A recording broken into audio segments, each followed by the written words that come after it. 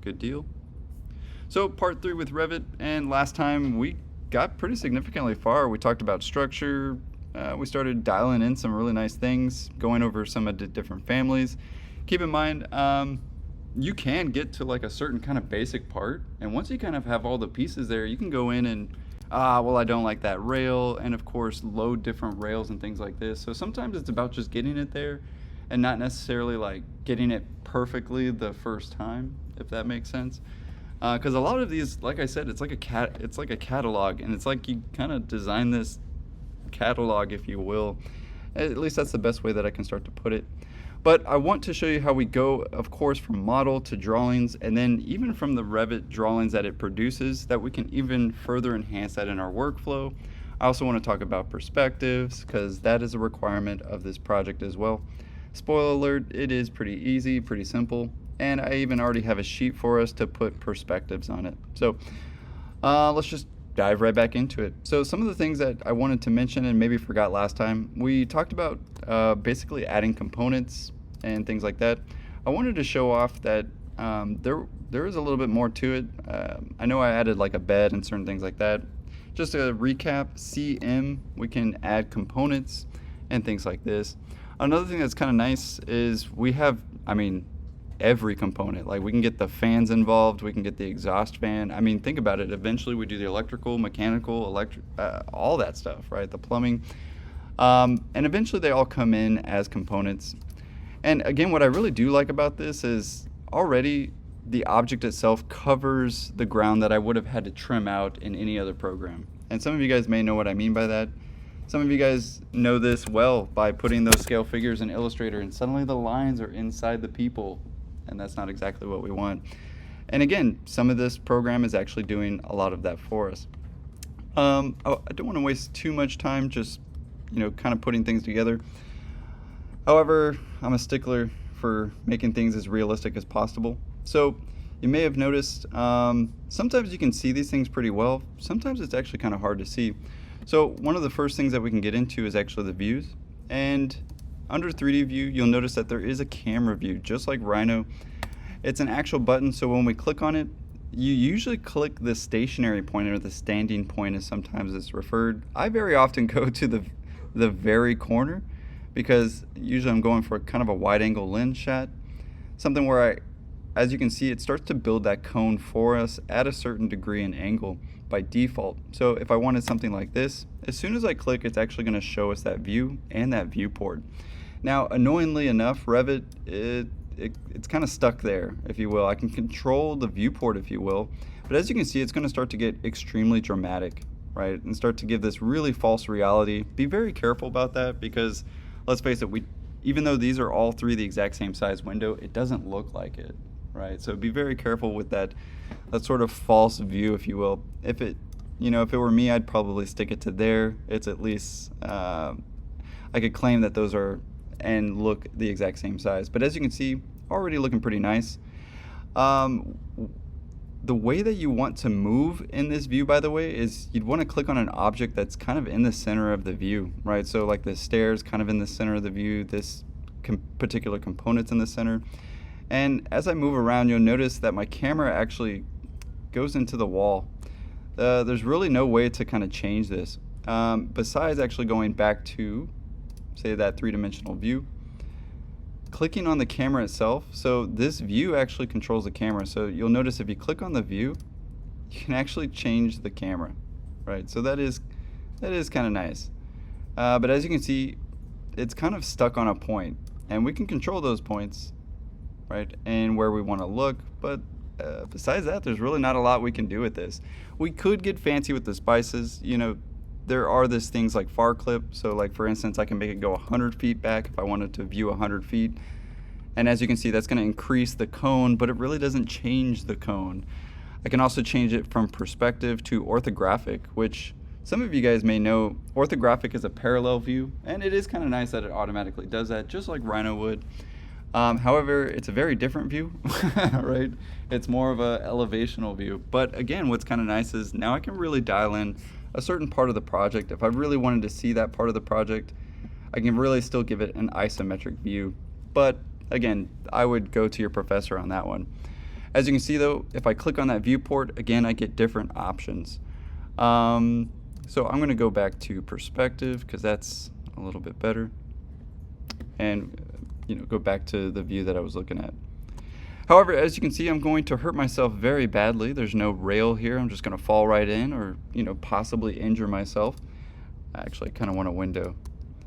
And what is kind of nice about these three-dimensional views is you can still edit the model, which is kind of a plus. And as long as you hold shift, it's going to stay orthogonal in that way. I don't know, I kind of want to get fancy with the spices today.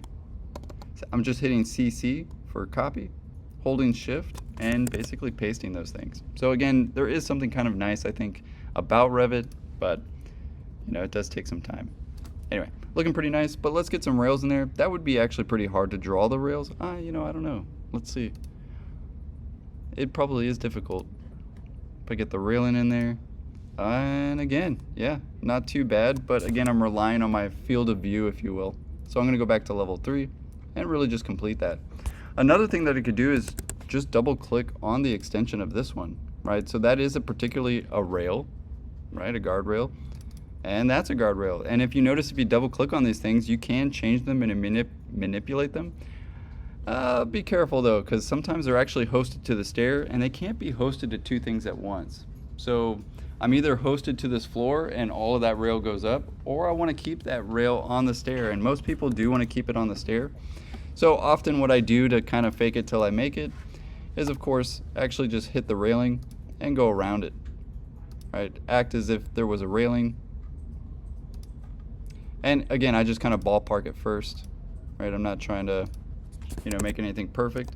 If I use AL, I can of course align things and dial those things in too. Not too shabby.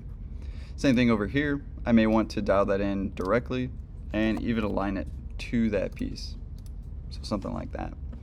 Once I press OK, it basically starts to make that rail.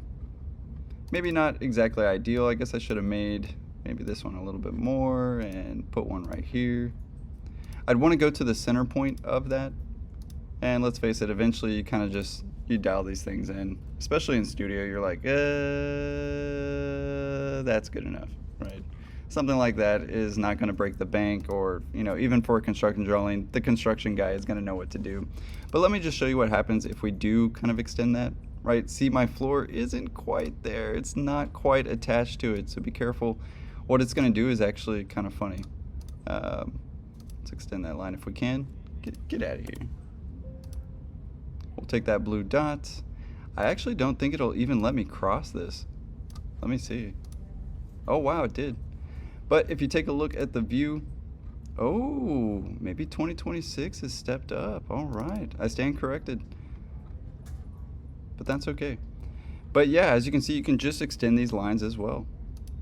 So definitely fair to test these things, right? After all, there's a new update, and I suppose they do listen to us for a $5,000 a year program. But already looking pretty sweet. We can get shade and shadow involved just like any other view. So not the render box, but the shadow box, and it's a pretty dark one. As you can see, we can also change the sun settings, turn the sun path on. But with sun settings, very often what I do is actually I select a still and really go with maybe even just a manual lighting situation as well. So you can click on lighting and actually control these settings. To be fair, it's kind of a pickle. I wish it had the same kind of graphical view as Rhino. We have to really dial it in, right? So it literally needs to be San Antonio or the place that you're picking, or you really just need to know a little bit about your azimuth and altitude. To be fair, I'm not going to sit here and guess, but if you wanted to, of course, once you change these numbers and hit apply, you should be able to start to see the sun actually come into view. Now, if I'm facing north, I'm just never going to actually see this, so I'd really want to dial it into the particular situation that it was.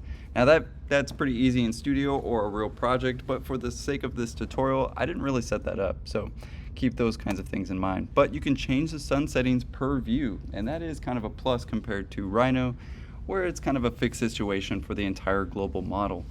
Anyway, so we got some views in there. I'm not going to dive into components so much. I think it's kind of self-explanatory, but if you did want to get into, like, say, like the ceiling plan view, keep in mind that those are created every time that we make something. Or if you don't see them here, you can make that ceiling view as well. So for instance, view, we'll go into plan views, and I'd go into a reflected ceiling plan view. For instance, maybe I want that for level 3. Maybe I want to make hanging lights or a ceiling fan. Let's face it, it is Texas, so you definitely may want a ceiling fan. Right now my beams are coming in as straight lines. That's because of the coarse, right? So if I set it to coarse, it'll basically simplify those parts. If I select fine, it definitely makes those parts a little bit more detailed, arguably a lot more detailed. Now I can actually tell what's a wall and of course what is structure.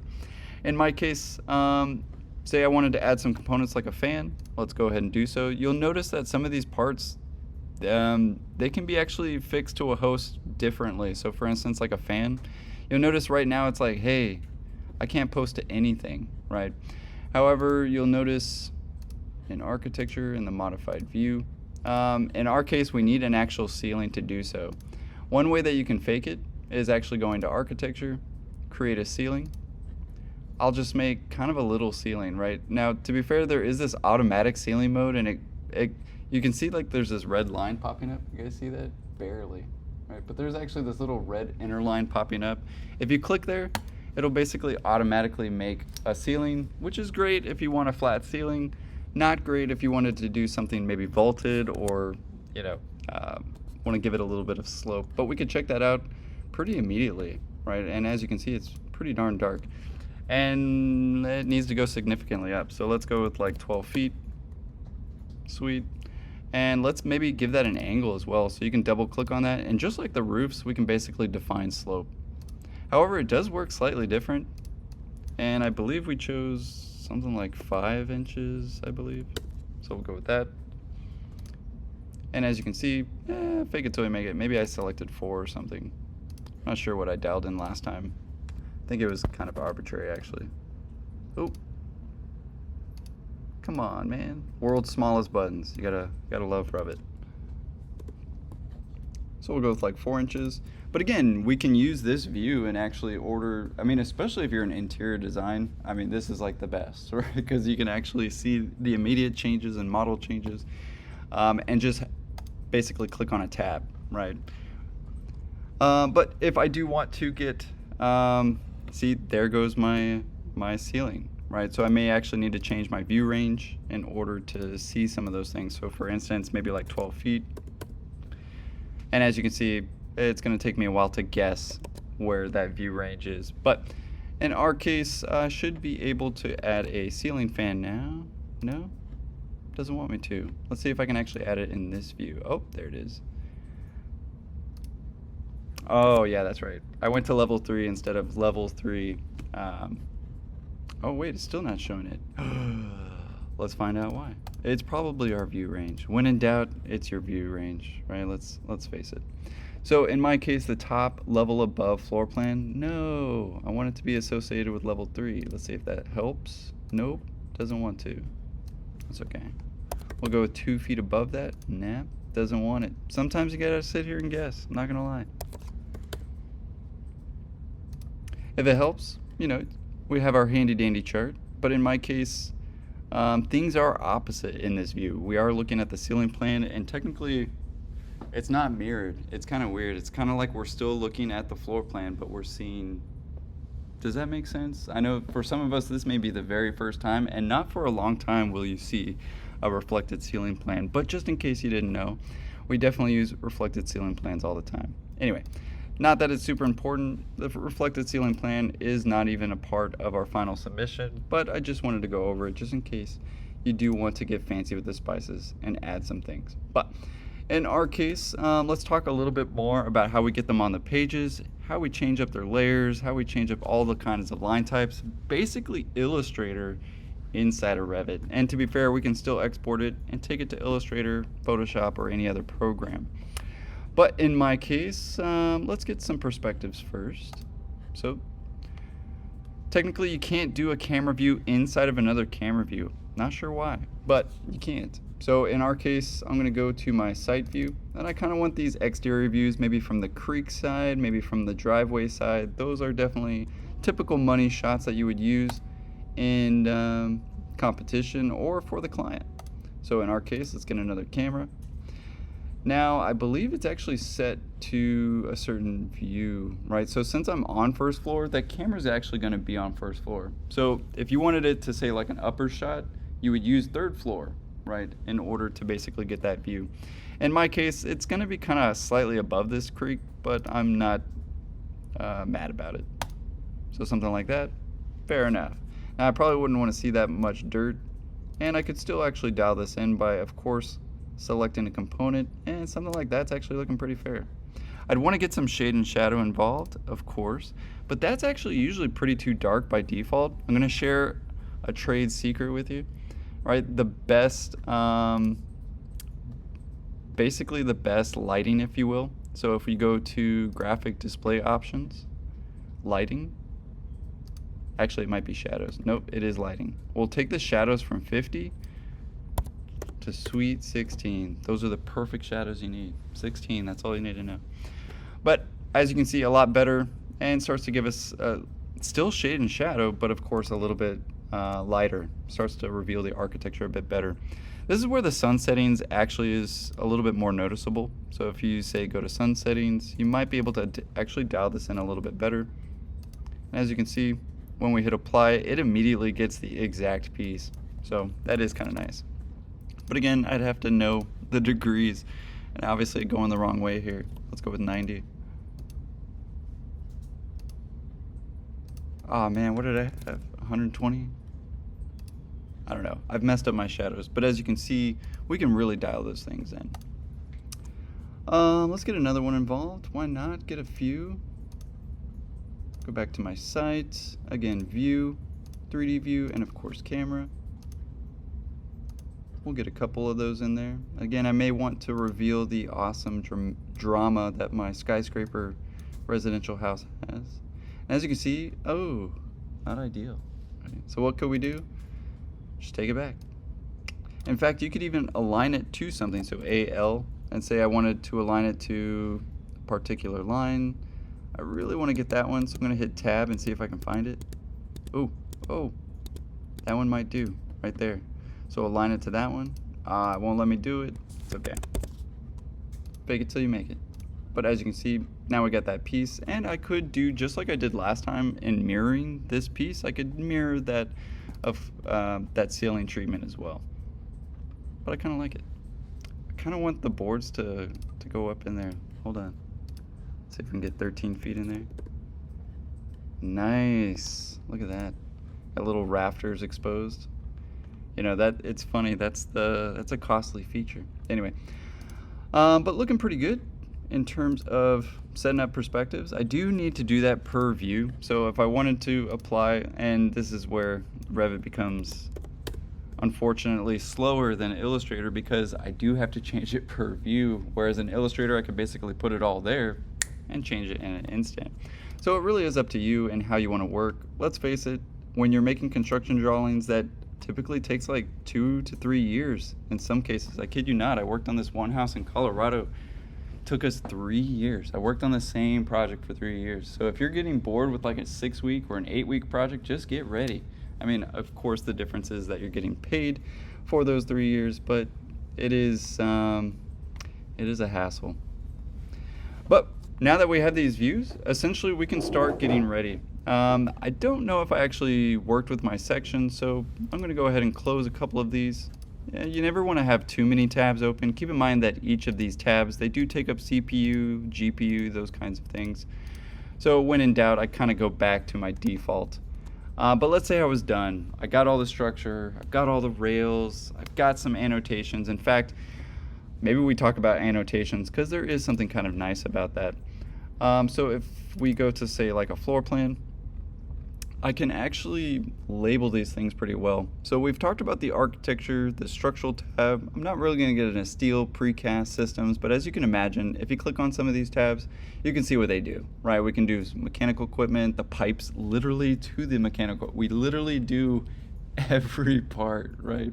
Now again, not maybe for the sake of this tutorial, but I do think it's kind of fun, especially if you have some extra time and you really want to dive into this model that you're making.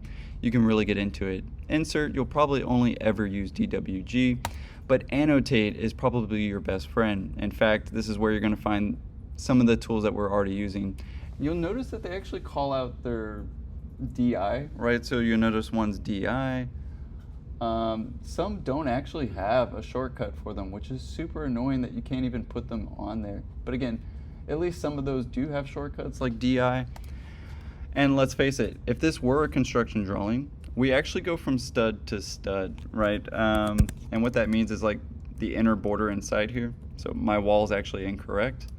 I've noticed that this is actually the stud, this is actually air, and this is actually the brick on the outside. If I wanted to change that, just like in part 1, we can go to edit type, and we could change that structure. We could start to really understand what's inside of that wall. We've got the gypsum board, the vapor retard, the metal stud layer. So yeah, this is a metal stud, the plywood sheathing. And for some of us, this might be like an eye-opener, like, oh man, that's actually what the post in the wall is about. Let's face it, in our first 2 years, we just show you the orange part, right? Just shade it in. But what you're actually shading does equate to something, right? Maybe a little bit more than we wanted to bite off in this tutorial. But I do think it's kind of nice because for me, when I was learning this program, it was teaching me, right, about actually how to draw architecture correctly. And that is kind of nice. In fact, I wouldn't go far past of sometimes I would actually build the wall on Revit so I could understand what it would look like, copy that, and actually use it in my architecture. Not necessarily just build something in Revit, because let's face it, sometimes I wanted something that looked more like a bean, and that's pretty hard to do actually in Revit versus Rhino, where I can make all kinds of beans, right? So it is what it is. You want to use the programs where you know them best. But in our case, if I wanted to change the finish to say like brick, and again, now I start to understand the thickness of a brick, that it's 3 inches and 5/8 of an inch, right? And again, some of these things I didn't know in school, and eventually you pick them up and they start to become, you know, memory, if you will. But if you wanted to add some, or I don't know, maybe wanted a 12-inch wall, of course you could do that. However, keep in mind, since I'm changing this family, it's going to change everything that's a part of that family. So if I hit apply, as you can see, all of my walls, of course, turned into a 12-inch.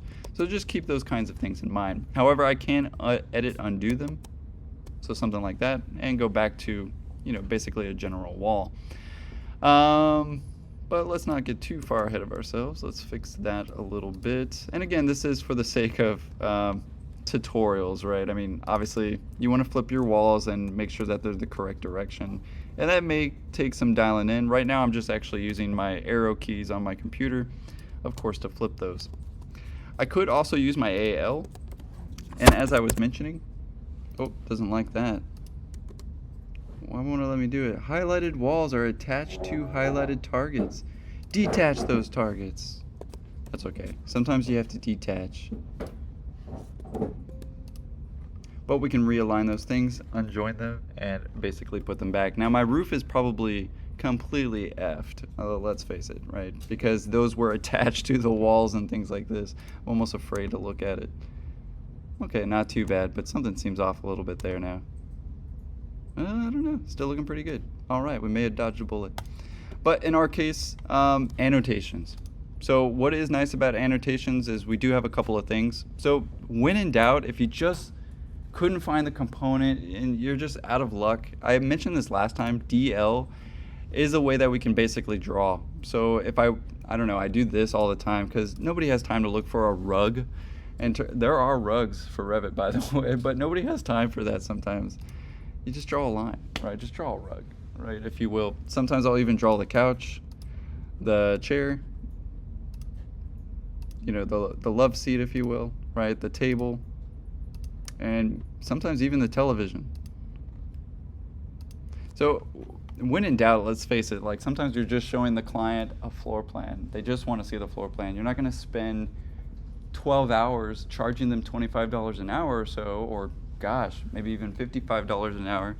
You're not going to want to waste your time on those little things because you're going to hand them a bill and they're going to be like, what are you doing with your time? Why am I paying you $800 to basically show me a floor plan? Well, that's the real number, sir. You know, anyway, or ma'am. But in our case, we can still do other things like split line, right? So SL, and we can still split those lines. And let's face it, We can't just trim these, otherwise, what are they going to trim to? This is where trim starts to fail us, and we do have to just basically dial these things in. However, you can still see the floor here. So if I wanted to change that as well, I would actually hit region. And I think I actually did load a couple regions for you. So it's got like a white fill, solid gray. Keep in mind that these are like a family. You basically make them. However, I've made some for us. So like for instance, a white fill, I could basically select that line. And in my case, we'll go with a rectangle. And we could basically dial those things in. That way, voila, looks like a component, right? Now it's not actually 3D, but for the sake of floor plan, that's perfect, right? And arguably, it is a program that is at least easier to draw in than say like Illustrator, right? But in our case, it is kind of limited. I mean, don't get me wrong, I could just go find, a table, some chairs, a rug, in order, especially if I was going to do a perspective shot of this living room or something like that, right? That would definitely be the smarter choice, just because I'm going to use it for multiple view sets. But let's say that was pretty good. What else can I show you in annotations? One of my other favorites is room tag. That one's kind of fun. So if you go to room tag, oh my bad, I want to add room. Why won't you? Room tag, space tag, area tag. Pretty sure it was room tag, although usually it comes up. Do I not have any loaded? Okay, I loaded one. Huh, not sure why. Perhaps we need a room separator? No? Not that you really need rooms, especially in this situation, but it would be kind of cool to show you. Room tag, re-enter reference. Yeah, doesn't want to give me a room tag. I'm in the right view, right? Okay. Everything's audible, editable. Yeah, not sure why room tag. Nope. Let's see, maybe it's our set view. Sometimes you do have to change the set view back to, oh, it is on first floor. Dang. Yeah, I'm stumped. Not gonna lie. Not sure why it's not annotating the room tag, unless I'm clicking on the wrong button, which is very possible. These buttons move and shift around, to say the very least. I could just also add text and say room. But there is a cooler way to do it, and it gives you the area and everything. So perhaps I need a room separator. But I can't even find that. Basically, you can draw your rooms, and they don't actually draw anything, but they do tell the program in the model that, hey, this is a room. And you'd think it would. So if you like highlight over the room tag, yeah. See, that's exactly what I mean. Not sure why I won't find it. That's okay, let's try another view. Maybe it is this floor. Let's try this one. Annotate, room tag. Wow, doesn't want to locate a room. I guess we could ask ChatGPT, hey, what gives? And seriously, for those of you who don't know, actually it's maybe kind of worth just talking about. You can take a screenshot of something. My favorite is, of course, Perplexity. So we'll go to Perplexity. Oop. Or maybe I have Claude right now. There we go. You can, of course, take this screenshots. It's kind of the advanced stuff, but I mean, I wish I had something like this back in the day. So I'll take a screenshot of something like that, basically put it in, and say, why aren't my room tags in Revit 2026 working? I'm sure some of us have even probably done this before, but just in case you didn't know, my goodness. I mean, what a problem solver, because back in the day we used to actually go through the forums and quite honestly look for somebody who had a similar issue. It would take hours in order to do something like that. Room tags in Revit only work if there's a room element placed in that space first. Oh yeah, that's right. So confirm a room actually exists there. And again, can't tell you, I do appreciate Claude, but Perplexity does come with Claude, ChatGPT, it comes with all of them, right? So that's often why I use Perplexity. But I forgot I recently switched my subscription to Claude because I wanted to do something cool in Rhino. But again, so I basically looking at your plan closely, I don't see the boundary shading anywhere in the rooms of the second floor layout. Dang. Stair geometry at the best. What's happening? Tries the room architecture. Click the room. That's what I thought I did. Quickest way to switch the architecture tab. Click room if there's nothing that highlights. All right. Let's see. Architecture tab. So we have to hit room first and tell it which is a room. There's the button I'm actually looking for. So actually what I was trying to change was this little icon, but it's already loaded for us. But again, what's kind of nice about that is it instantly tells you the area and all the things of that specific location. So that, just to recap, it's in architecture, and of course we have to put the room first. There's the room separator I'm looking for. So it has moved to the architecture tab. That's cool. It used to be on the annotate tab, so my bad. But again, I didn't have to search for 3 hours. Why, right? Of course, we can use AI in the right way, and to be fair, I use it like a search engine. My goodness, the greatest search engines of all time. Now I can tell it to basically do research for me while I'm at home and at work. Come home and see a bunch of research. Anyway, I can't wait to see what we actually do with it in the future. Hopefully we don't blow ourselves up, but hey, stay tuned on today's episode of America. Anyway, so in our case, let's go back to annotations. But as you can see, I can really start to dial these in. I mean, we can get the dimensions, we can get the floors, I can double click on room, and essentially, well, I don't want to change the family. Be very careful about what you double click on. But for instance, right there we go.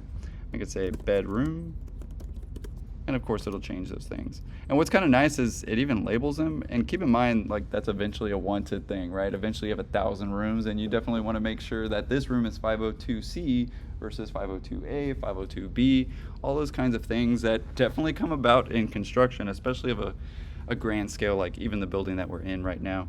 But in our case, it would be nice to get some dimensions, guys, for this final. And keep in mind, you can kind of do this kind of either once you got everything on the sheet, or, you know, ballpark it. Sometimes it's nice to kind of see how big something is. Very often what we do is actually do every single dimension in a construction document. There is no question. We often do something like this, which is called a dimension tree. So we'll do something where we even show the thickness, we'll even show the center line of, say, the windows. So we'll do something like that. Yep, 5.5 inches. And we'll get every dimension. Keep in mind, you can also take a dimension and add to it. So I hit that little plus sign, and quite literally, we'll do every dimension here. Now, the trick is to actually make it look nice. All right, so something that is readable. Another thing that's nice about Revit, as soon as you move something, it kind of helps you out with like a leader line, things like that. Again, stuff that I wish and hope that Illustrator, you know, just kind of grabs one day. But again, starting to look a little bit more formidable, starting to look like a construction drawing. Now, again, let's assume that we got all the annotations, we got all the furniture, we got everything in set, doors, windows, you know, whatever you would like in your design. Now we actually need to get them on the sheets. So super easy. We'll actually just go to the floor plan and quite literally drag it on. So floor plan, drag it, voila, we've already got it to scale. Now, as you can see, I have a lot of my site, so you know, based on what I'm looking at, it looks like I can actually fit a lot more than just one.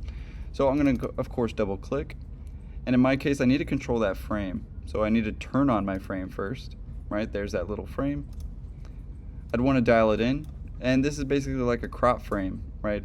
Obviously, I don't want to hide my annotations, so I want to keep those in bound. And more often than not, this layer, for some reason, this frame, if you will, doesn't exclude annotations, which is pretty nice. So in my case, I'll turn on the cropping, and then of course turn off my frame itself. Ooh, I kind of like the shadows involved. There we go. But not very typical. However, if you wanted to get fancy in Studio, I guess you could, right? And get some shade and shadow involved. But again, don't use 50%. Always use 16. Perfect printing too. But again, doesn't get out of the way and starts to reveal some things. Now, don't get me wrong, we don't normally put shade and shadow in a floor plan, But let's face it, it's Revit, and it's kind of a fictitious project, guys, so have fun with it if you must. In our case, I went quickly over visual graphics of this, but there's a lot more to it. So for instance, like visual graphics, as you can see, we can really dial in some things, right? And we'll get to that maybe, we'll try it on this section. We've already done it on the floor plan. So what I'm trying to say is that there's different visual graphics for different views, right? So there is that. But let's get some of this on here. I may want to dial these back a little bit. It's a bit dramatic, if you will. So I'll pull that back a little bit. Same thing with this guy. And right now it's actually unreferenced. So what I would do first is actually get them all on the sheet first, right? And you'll see what I mean by that. Because you wouldn't want to export these one at a time. And eventually we can actually just export all the sheets as a PDF. Open it either as a DWG in Rhino or Illustrator. So there is something kind of nice about that. But again, let's get maybe my second floor plan. Boom. And you'll see that it automatically tries to align that. You guys see that center line? That's actually lining up the drawing perfectly. Again, stuff that I wish Rhino and Illustrator, Rhino actually can do that with a plugin, but Illustrator is still well on its way. But again, you do have to click the viewport to move the line. You guys kind of see that? It's kind of weird. There we go. And then of course to change the actual line length, put it right there. And there it is, number 1 floor plan at the scale that it needs to be. And very often I try to line these up as well. And again, Revit's trying to help me out and of course align those. So it looks like I can at least fit 2 floor plans, if you will, per page. Not too bad. I may need a second sheet. What do I do? Oh man, he didn't put a second. Oh, I did put a second floor plan sheet. But what if that needs to change? Right? Obviously I can double click and say 3rd and 4th.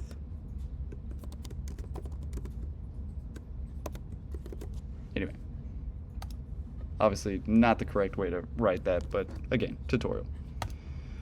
But double click, and now I can take level 3 and level 4, or roof plan, right? Everything like that. Now I'd want to dial those in. Now keep in mind, if I do change these and their location, it will change it on the other plan, so be careful. Sometimes one makes sense for another plan and one makes sense for the other. In my case, I may want to actually just add an underlay, right? So I'll go back to underlay, and I may want to put the previous 4 that was possibly underneath it. So for instance, something like that is actually much more common. But again, I need to switch it to fine. I need to change my viewports, which is actually huge. Look at that. Gets the whole thing. Usually by default, it does get the whole thing. But very often I would actually show the floor underneath me. Definitely not too out of the ordinary. As you can see, hopefully the topography actually should be getting lighter and lighter automatically, which again is kind of nice that this program is kind of teaching us. You could also hide some of these elements. So for instance, if you didn't want to see topography in there, I can go to VG. I'd go down to topography and basically uncheck that. If I press apply, oh man, oh that might be my DWG. So we'll take that off too. Man, it's still there. Dang, is it locked or what? Let's find out. Perhaps it's a earth structure. Oh, topo solid. That might be it too. There we go. Yeah, so it's a topo solid. Because we went from a topography to a topo solid. Arguably, I feel like those are honestly the same thing. Topo solid just means man-made topography. So I guess that's still technically correct. Again, I'm not here to argue with the Revit, but I often do. However, I haven't maybe talked about this, but you'll notice the viewport does come when you basically highlight over it. However, double clicking on it does start to edit it, and you do have to click essentially outside of that frame in order to go back to the sheet. I don't know if I covered that. So again, I'm just placing them all on the sheet. Again, for the sake of tutorial, please don't be as messy. Make it nice and sweet, if you will. But in our case, I do want to get them all on the page first. So again, maybe elevation 3, elevation 4, and basically dial in all of those things. I'm gonna have to, yes, essentially change the frame for each and every single one. It is annoying, and it's just the nature of what we do in this program. However, keep in mind, it's one of those programs that's actually trying to set us up for completion, right? So very often a lot of things that we do in this program are completion based, right? And as you can see, I actually have a section here. Don't want a section, right? So I may need to change that view, maybe go back to my floor plan, check it out, be like, oh yeah, it's in the middle of the building. So of course take that out and change my far clipping plane. And again, wonderful, it's already changed, right? Now I say wonderful, it's already changed. You guys don't even understand the struggle, right? When we used to do all of this in AutoCAD or Rhino, you'd make one change to the model, you'd literally have to go to the elevations and change every single thing, draw it all over again in some cases.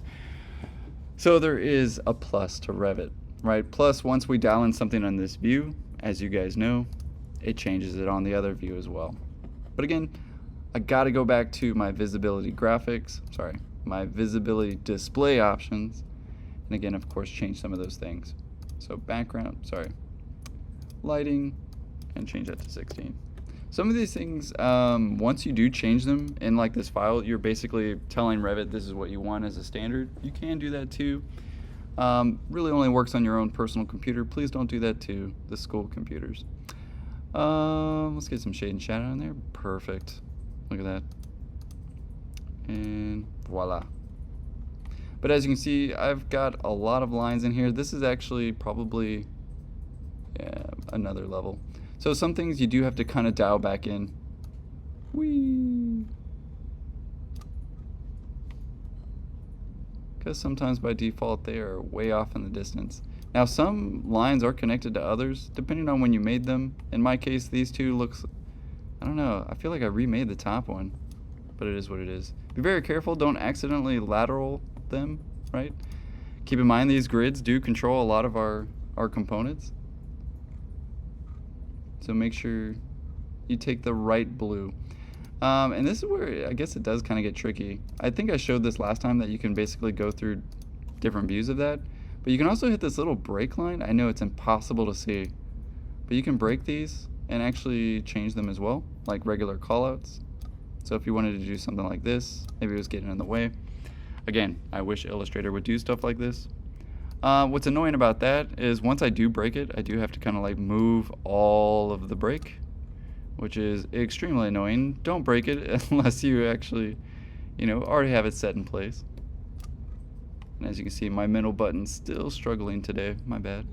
Meant to clean it over the weekend. I did not. But again, we can change some of those annotations. And kind of funny, that one's like clicking in actually to the other side. Oops, there it is. Oh, come on.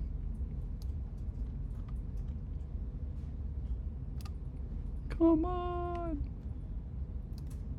Struggle is real. So obviously you want to get one part there first and the other part. As you can see, my middle button is struggling. There we go. Anyway, I don't want to move that too much. I've already shown more than I probably need to. So we'll go back on that one. But looking pretty good in terms of, setting up the sheets. Last but not least, let's get the perspectives in there. So I'll go to my camera views. So I got all these kinds of cameras. And if you can't remember which camera you made, usually it starts, making kind of the last one. And usually by default, they're kind of small, right? I mean, it's kind of funny enough. Not sure why. Never really understood that. But we can change it. So if you double click, hold on the frame and then change the size of the crop. What is kind of nice is you could change the field of view, which would actually change the image itself, or you could switch it to this part that says scaled option and basically make it larger. So if this was like 12 inches and you press apply, obviously it'll make it a little bit bigger and it'll change this one as well. This is 12 inches on the sheet, by the way. So, I mean, that is kind of nice. So if you wanted a really big image, you can go like 18 inches. Oh, I thought that said okay. My bad. Get out of here. Press OK. And of course, it makes that a little bit bigger. We could also double click and take off that boundary box. We can also click it and change that view to say exterior perspective. And really for the sake of this, of course, spell exterior correctly, my bad. But we'd want to dial that in, right? Obviously that looks a little silly, kind of having one big, one small, so let's make that a little bit bigger. Again, crop size, and we'll change that, I don't know, 12 inches. But as you can see, since I didn't click on the other part, it actually changed the view, right? So maybe I don't want that. So again, be very careful, make sure you click on that box right there, scale. So we'll change it to 12, sweet. All right, looking a little bit more formidable. And definitely something that I could present to the client. Hey, this is what essentially, you know, your building's doing. I like to think Revit is kind of like an advanced SketchUp, right? I mean, don't get me wrong, it's like we're kind of doing the exact same things that SketchUp would, but with a lot more parameters and now sheets, right, to say the very least. Well, let's get it in there. All right, looking pretty good. Arguably, I kind of got the exact same view, but just a different side. I'd probably want to twist that up a little bit because that might confuse them. They might think that they're actually looking at the same thing twice, and they're not. So I may want to do something like that. But again, what is kind of nice is that I can just move it. I don't have to go to another viewport, change the camera, type in camera. I don't have to move stuff. There is something, you know, that is a little bit intuitive, I guess you could start to argue. Did you do that? Did you like hold something? Or? Yeah, so Gavin asked, how did I do that? I clicked on the view, and you'll notice I can highlight stuff, right? Now keep in mind in Revit, when I click on something, it chooses that as my center point. So for instance, this window is now my center point, and you can see it's kind of fixated to that window. However, if I wanted to kind of get to the other side, I can kind of get more out of it. You see how I got a little bit more of the building? However, keep in mind, you know, it's only going to do so much. I've ruined my cameras doing stuff like this, and I end up just deleting it and making another one, right? So there is that. But a great question, you know, because you can, of course, manipulate these things in-house, on the sheet, if you will, and there is something kind of nice about that that's even better than AutoCAD, if I do say so myself. Some of the nitty-gritty, let's get into the sections. I think I forgot those. All right, did I even make any sections? I think I did. Yeah, there we go. 2 sections, nailed them. Very often this is probably, man, the bee's knees, because let's face it, without clipping plane, we really wouldn't even have this in Rhino. But there is something pretty unique, and I don't know, I like working in section. Another thing that I may have forgot to mention before I forget, let's go back to the 3D view. You can do a double section. You could do 4 sections actually in one piece. Some of you guys may have noticed there's this thing called section box in the view. If you click on that section box, by default, it's just going to kind of wrap whatever is in the model. So keep in mind, if you have something like way over here, it's going to basically make a gigantic section box. And it'll immediately tell you where some of the stuff in your project is if you ever lose it, which by the way happens. But if we control these little blue arrows, you can see immediately that we can actually give ourselves a 3-dimensional section. You guys see that? Pretty sweet. Another thing that's pretty interesting is we can change this view to a section, right? So for instance, I can orient a view, I can go to my section and actually orient to that section. And what's kind of nice is it's already set up for me. Now I have a sectional view and a sectional perspective. I can also get a camera involved and get a perspective section. For some of this, actually, what's his name? Austin Kernodle actually shows this in Rhino in his D4. It's one of his classic tutorials for sure. But again, we could do this in Revit pretty easily, and arguably I find this a really easy way to actually work in my model, especially if I'm trying to just move stuff around or dial certain things in, like the windows being too low right there. Dang. I used to want that as a kid all the time, like, why don't the windows go to the ground? Lo and behold, you realize it's because of skateboarders. Did you guys know that? All windows have to be 18 inches from the ground, and if they are below 18 inches, they need to be tempered glass because of darn skateboarders. Ramming their boards. You know, I say darn skateboarders because I was the skater kid back in the day. Until I hit my head on a, like the half pipe, you know, like a half pipe to another half pipe, went up, hit my head on there, never skated again. Not because I was injured to death or anything like that, but I was just terrified to ever skateboard again. Anyway, times change. But in our case, again, the sectional perspective is kind of nice, especially if I'm really trying to find a view, right? Or dial something in. Maybe I want a double section going on. And I really want to show off to a professor that, I know what I'm doing. And they're like, whoa, how'd you do that? And again, this is something I can export into Revit, into Rhino as well, already chopped up like this. If I wanted to do that, I could essentially be on this view, File, Export, and basically export it as a DWG.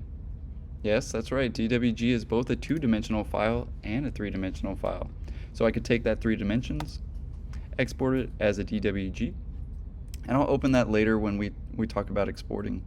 Might as well get it while I'm here though. Put it on the desktop. We'll call it Test 3D so I can find it. Sweet. Let's go back to the sections because those do kind of have some special visual graphics. So we'll go back to our sections. Sweet. We'll double click. We'll hit VG for visual graphics and we'll dial in some of these things. I may want to even match, say, the same color that I was using in my perspective, in my floor plans.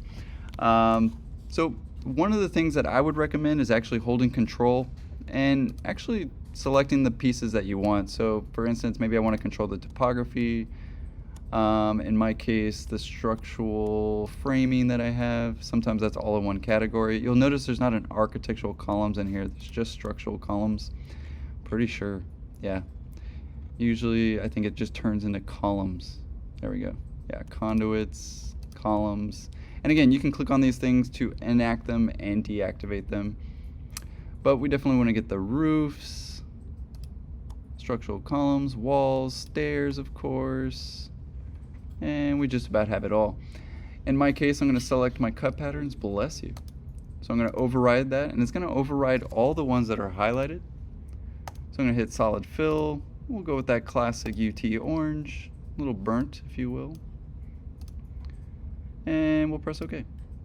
We'll press apply to make sure that I forgot the floors. So again, that's why I hit apply first. And you can be scrolling here for days, by the way. Let's face it, eventually you get paid for this stuff. So this is what I hate about architecture sometimes. Like, you'd think you'd get paid more for going faster. However, there's this weird thing. I worked for a firm in Austin one time, and I remember they told me to slow down because I was working too fast, right? And I was like, well, I want to get out of here, right? And it was a 9 to 5 kind of deal where if you were 5 minutes late, they gave you a warning. It was very corporate, but all firms are a little bit different. But I then worked for a firm after that would actually pay me more if I finished early or if I worked on more projects. So again, make sure you don't just sign up for the first firm that offers you a job. However, let's face it, as a student, we see, oh man, 55 a year, sign me up, right? Because that's more than I've ever made in my entire life. However, don't get too comfortable where you're at. In fact, even my 102-year-old grandfather said, Chris, you should always be looking for the next best thing, right? And he was kind of right, because arguably now I'm kind of doing the same thing. Even though I have my own firm, even though I teach classes, I'm still wondering, how can I hire students? How can I almost have like an architecture school that does real things? I don't know, maybe just one of my daydreams. But for the sake of today, as you can see, I can really dial this in. Changing the colors. I can even change the line weights, by the way. So for instance, we can say the windows and the walls. Oh, wrong button. Control. And say I wanted to override those lines or the cut lines themselves. I can override these both at the same time. And you'll notice I have kind of the options that I'm always looking for, especially in architecture, right? I mean, you got your center line, dash line, and this is where it gets effed up, right? I mean, who knows what scale I'm actually making? And to be fair, some of these are already preset, like center at 1/4 scale, center at 3/8 scale. Be careful, because I wouldn't want to use a 3/8 scale line on a 1/4 scale drawing. Keep in mind, this is hyper technical. I'm not going to even notice the difference. I mean, unless it's just blatantly obvious. But these are the kinds of things you want to look out for, and eventually your architecture firm that you work for is already going to have presets given to you, right? They're going to have scales that they always use. I used to have this one architect, he was like, never use 3/32 scale, because anybody in the field doesn't have a 3/32 scale, let's face it, right? They usually have a regular ruler or a tape measure. So very often we use quarter scale, half scale, 1-inch scale, something that would actually abide to the construction environment. However, in Europe, we're not using imperial at all. We're using metric, right? Such as centimeters, millimeters, and all kinds of things like that. Anyway, not that you needed to know all that, but just in case you wanted to, we can of course do that. We can also change the weight of it. So if I wanted it to be really thick, right, of course we can dial that in. However, you may have noticed it didn't really change. That's because by default, it kind of goes to an AutoCAD line. Now, if you want to turn that off, it's TL for thin line. So I'm going to turn TL off, and look at the size that I chose, right? Those 10s are not working, right? They're a little bit too thick. But again, there is something kind of nice being able to do that and not have to select each line like I would in Illustrator or line weight wise, anything like that. However, let's say I was finished, at least for the sake of tutorial, and I wanted to print this out and show my professor, like our project. It's actually pretty simple. So I have all my sheets ready to go. Awesome. I'm basically just going to go to File, Print, and turn it into a PDF. So in my case, it's going, hey, where's your printer at? That's okay. In my case, I'm going to select a PDF, Cute PDF Writer. For those of you who have a Windows computer, you may want to write this down. It is the greatest program of all time. It is still free. And if you don't like paying $20 a month for Adobe, not that I said that on the recording, you should use Cute, as in Hello Kitty is cute, PDF Writer. It basically makes a virtual printer for you, and you can print PDFs at any size. Now keep in mind this only works for Windows on my Windows side. I can't use Cute PDF Writer. Arguably Mac already has one that's awesome called Preview. Anyway, food for thought. But we'll use Cute PDF Writer, and you'll notice if I click on Properties and I go to Layout, I can actually hit Advance and change the paper size. In my case, these are all ArcD, 24 by 36. However, let's face it, it's got every single page in size that we could possibly need, and to be fair, you could also do a custom script size as well. In our case, ArcD is the way to go. We'll press OK. Press OK there. And next, we will essentially tell it what sheets we want to produce. So I can either do the current view that I'm looking at, or go down to Selected, Views and Sheets. I'll hit Select, and it's basically going to go, hey man, which sheets do you want? In my case, it's set to a default, so I'm going to go In Session on that one. And as you can see, right now I've got a reflected ceiling plan in there. I don't want that one.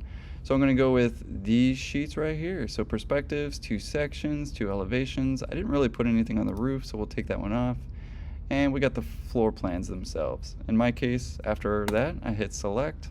We're good to go. The last one is the setup of the settings. And we just want to make sure that it's center justified, and of course zoom to 100%. Be very careful. For some of us, the default is fit to page. That is not correct, right? Because we need this to definitely be a construction drawing that is scaled. And especially if you're tracing it, right, and you're printing it out, and let's face it, I used to do this all the time. I'd do the project in Revit real quick, only to print it out and actually draft and draw on what I wanted, that I couldn't do per se in Revit quickly, especially in a studio situation. Almost unplugged my Windows drive there. That could have been bad. Anyway, in my case, again, I just want to verify that it is ArcD on zoom to 100% and center justified to the page. That way it's centered. Otherwise, by default, it'll kind of like go to one of the corners. I can't actually remember which one. We'll press OK, and we'll press OK. It's going to go, whoa, do you want this on a bunch of pages? No, I want you to combine them into one single page. So we'll press OK. PDF Writer does take a little while, but as you can see, it's basically compiling these pages and turning it into a simple PDF. And I do have a couple pages. Usually it's the perspective page that takes the longest. However, it should pop up. There we go. And in my case, I can label it Test PDF, and we'll save it to my desktop. Save. Now let's go check out what it actually produced. So in my case, I'll go back to my Mac side real quick, turn some of that stuff off, go back to my desktop. Oh, don't want to open anything. PDF documents, test PDF, and voila, we have what I would actually submit on Canvas, right? So this is technically all you need to do.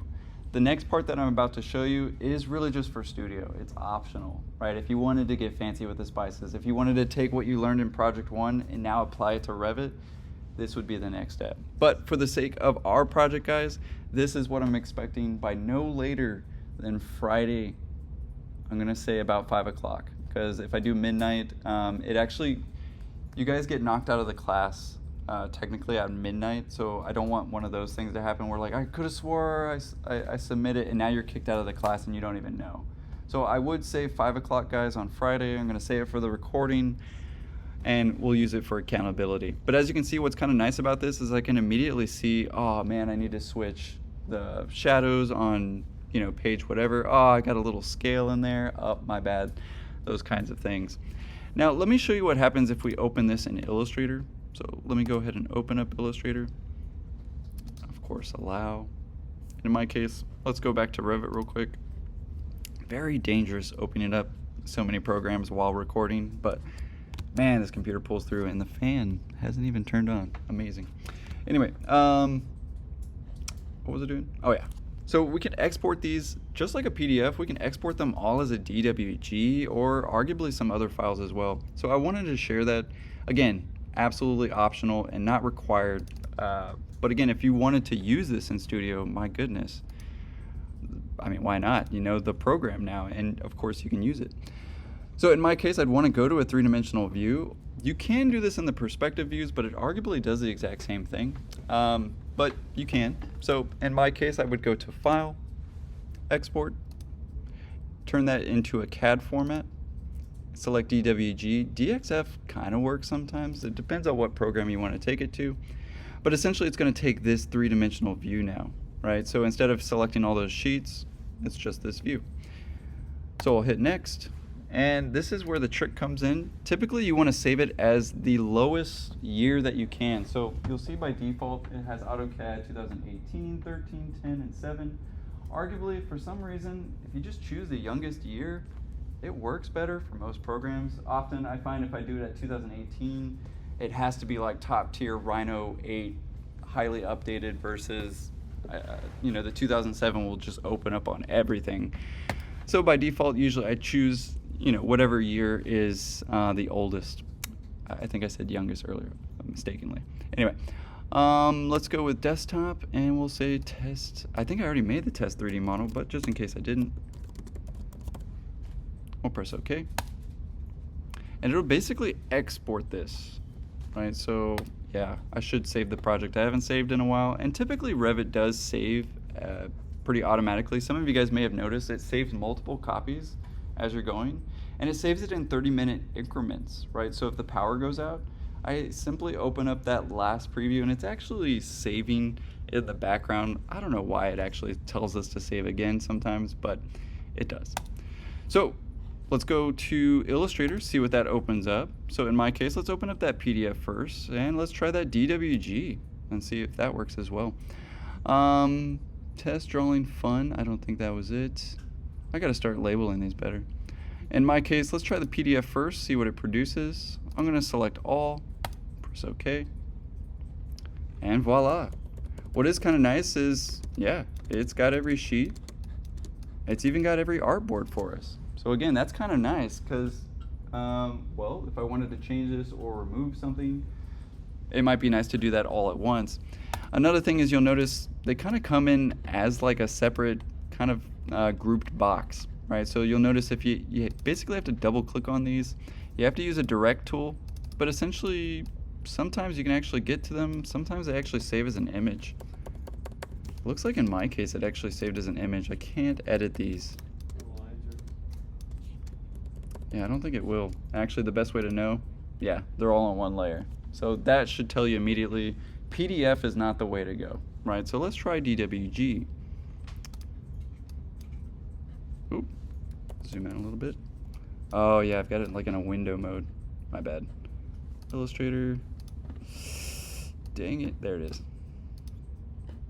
For some reason, while I was recording, I had to put it in a window mode. That's why you get this weird bar up there.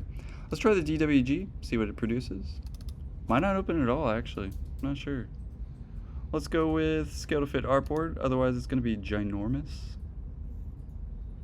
And look at that. So it maintained that view, but again, some of you may notice it maintained all the layers. All right, so that might be something of value, right, to you, especially in Studio. But let's face it, Revit comes with a lot of layers, and it doesn't label them very good. Like cols, anybody know? Structural columns, right? I mean, don't get me wrong, some of that stuff is like eventually becomes second nature. But again, this is for my advanced guys who possibly want to use this in their next studio, maybe at UTSA or at that next job interview. But again, what is kind of nice about that is I can immediately turn off and on things and really dial in, especially if I was making a diagram for my project, I could really dial that in. And again, just like any other program, I would select all of those and of course change them. Right? We dial in their line weights, so on and so forth, right? So there is something nice about that, but keep in mind it got every single line. In fact, I know that looks like one line, but it's like every line in the document. So don't get me wrong, some people's computers, they can't handle this many lines at a time. However, if you're on the school computer, no problem whatsoever. Let's see what that file looks like if we open it up in Rhino. Let's check it out. Discard that. Oh yeah, I was working on this really cool geodesic dome. I finally got the AI to work in Grasshopper, and I basically fed it an image, like make me a script for a dodecahedron geodesic dome. Holy crap, guys, we're going into the future, man. I can't wait to see what you guys produce when you kind of get to my level, because you guys are going to have a head start. I didn't really get started with this stuff until Masters, so I don't know, I'm just excited. But in my case, let's go with a new model and let's import that DWG. So import, we'll select that DWG.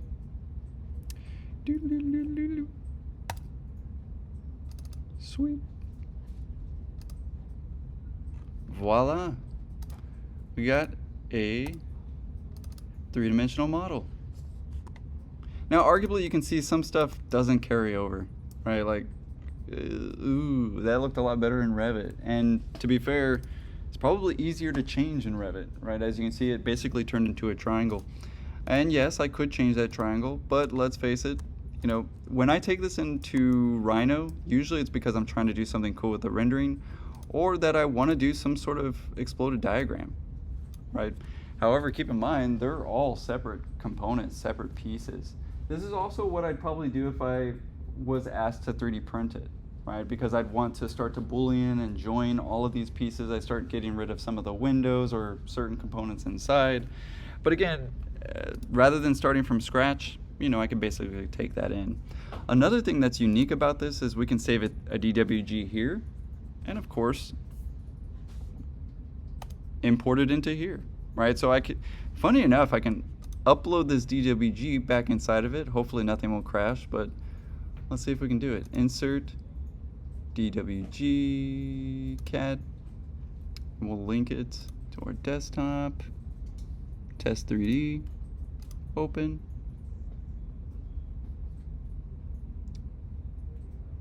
Actually, now that I think about it, it'll probably be in the exact same spot. Yep, sure is.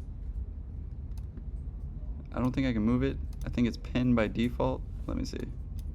No! Almost lost it. There it is. Oh, it looks like it. Oh, that's the first one that I did with the section model. So funny enough, you could take stuff back into Revit, right? And of course, actually, that's a little bit more advanced. And if you're really interested in that, I could show you some videos on that. But again, these programs are versatile. We can go in between and back and forth between them. However, maybe I want, instead of all those sheets on that PDF, let's take a look at what the DWG produces. So for instance, if I go to File, Export, DWG, and in my case, I think we can do Setup 1. We'll make a new set, and let's go with a couple of these sheets. So essentially now I'm exporting a DWG of these sheets. It's just easier with the sheets because you know that there's actually all the views that are on them. So let's go with CAD sheets. Again, 2007. Press OK. Whee! Let's get rid of that real quick. I guess we don't need Rhino right now. But again, gets the point across if I needed another view, or again, maybe I even have you know, different model sets that I'm trying to put together. Maybe I got a topography model that's only in Rhino versus the building that I made in Revit, and I want to put those together. It does happen. And I think I showed you guys even some of that on my portfolio. Anyway, let's get rid of that one. Don't save. Let's see what that DWG opens up. So open. And actually, now that I think about it, yes, it does actually export every single view, right? So I should have put this actually in its own folder called exports, because as you can see, now I've got the elevation view, the site plan view. But let's just click on one of them for today. We'll do the scale to fit artboard. And as you can see, we have the entire line drawing layered and everything. So there is a plus to Revit, at least in terms of organization. But now I can go to my Studio Professor and I can go, well, I didn't settle for what Revit gave me. I can simply actually click on these layer by layer and really dial them in.